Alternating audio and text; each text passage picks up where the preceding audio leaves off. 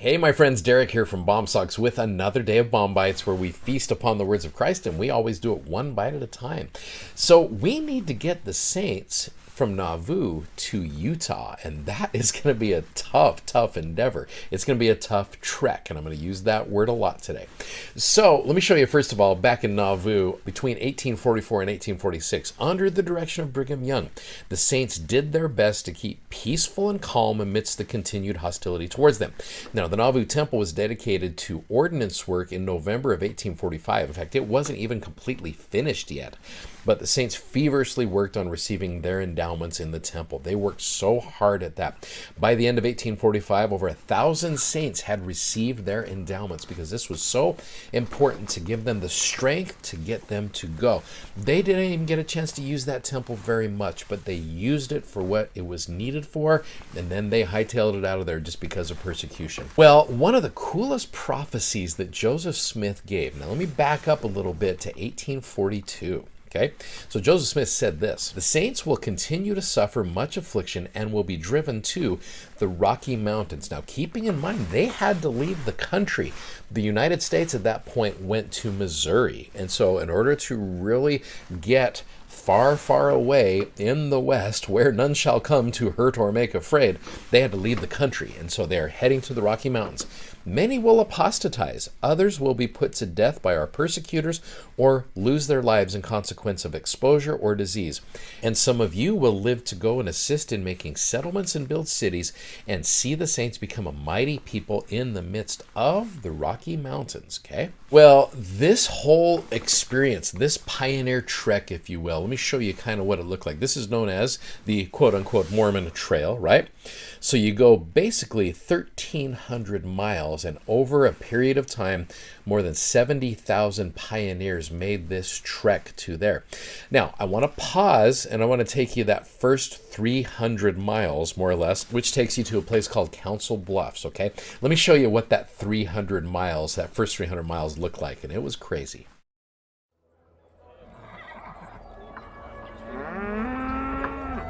The time of the Exodus had come. We turned our faces west to our great and unknown journey to a new land west of the great rivers, to where we would plow and plant and build the kingdom anew. The call of Zion was in our ears, but the memory of Nauvoo was in our hearts.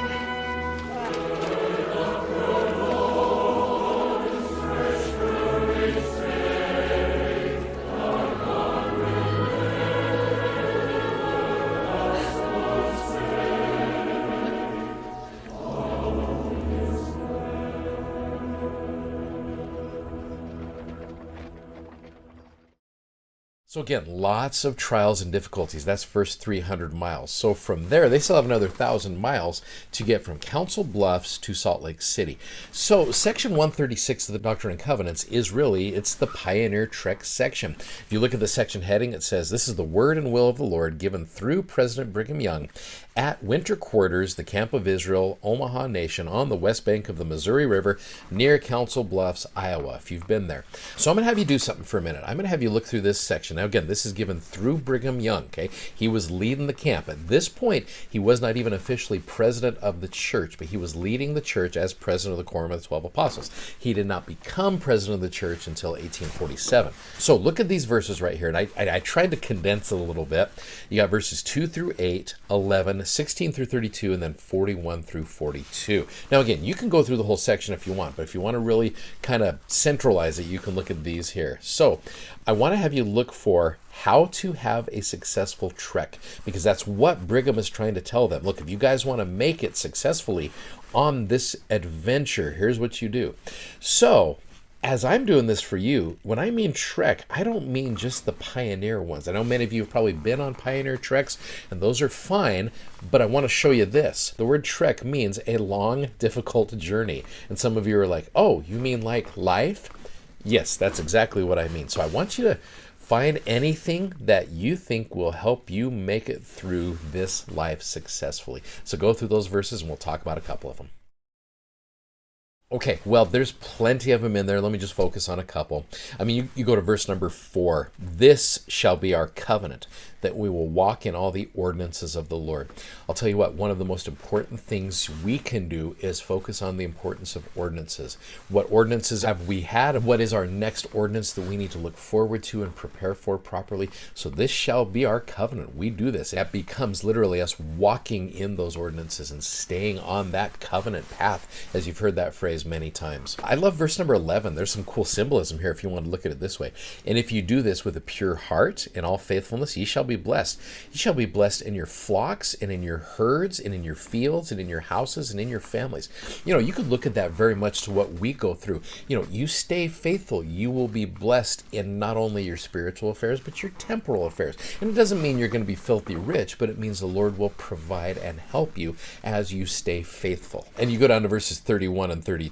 My people must be tried in all things, that they may be prepared to receive the glory that I have for them, even the glory of Zion. And he that will not bear chastisement is not worthy of my kingdom.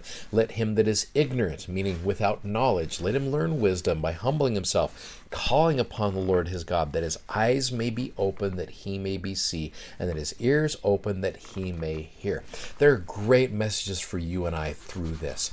Let me finish with just a little quote from Elder Neil A. Maxwell, and I love this. He said, moreover, Latter-day Saints need to remember that we who live now are being called upon to work out our salvation in a special time of intense and immense challenges. The last portion of this dispensation of the fullness of times, during which great tribulation will occur, the elect will almost be deceived, and unrighteous people will be living much as they were in the days of Noah. It will be a time of polarization.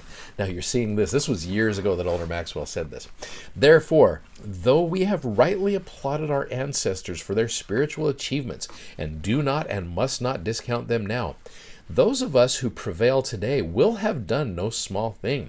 The special spirits who have been reserved to live in this time of challenges and who overcame will one day be praised for their stamina by those who pulled handcarts. And I love that, because you've got all of a sudden, you know, these pioneers, you and I look at these pioneers thinking, you guys are amazing. Pioneers looking at us going, you guys are amazing. There's a mutual respect there for the things that we are all trekking through in this life. So anyway, I hope that helps you out. Hope this has been a good week for you as we've studied about Joseph Smith and a little bit of that preparation leading us through this pioneer trek. So anyway, you guys have a great week, and thanks so much for watching. Thanks for subscribing, and thanks for sharing these messages. Go check out our amazing gospel themed socks at bombsocks.com, and we'll see you next time. Godspeed. Bye-bye.